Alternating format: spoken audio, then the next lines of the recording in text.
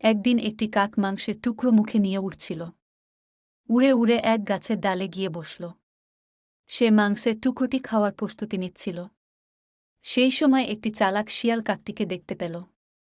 শিয়ালটি মাংসের টুকরো খেতে খুব লোভ করল, কিন্তু কিভাবে মাংসটি পাবে তা নিয়ে সে ভাবতে শুরু করল। শিয়ালটি কাকের দিকে তাকিয়ে বলল, ওহে কাক ভাই, তুমি দেখতে কত সুন্দর, তোমার গায়ের পালকগুলো কত মসৃণ, আর তোমার কণ্ঠস্বরও নিশ্চয়ই খুব মধুর। তুমি যদি একটু গান গাও তবে আমি খুব খুশি হব। শিয়ালের প্রশংসায় কাকটি মুগ্ধ হল এবং ভাবল, আমি যদি গান গাই তাহলে সবাই জানবে আমি কত সুন্দর কণ্ঠের অধিকারী। এই ভেবে কাকটি গাইতে শুরু করল। কিন্তু গাইতে গেলে তো মুখ খুলতে হয়, তাই কাকের মুখ থেকে মাংসের টুকরোটি নিচে পড়ে গেল।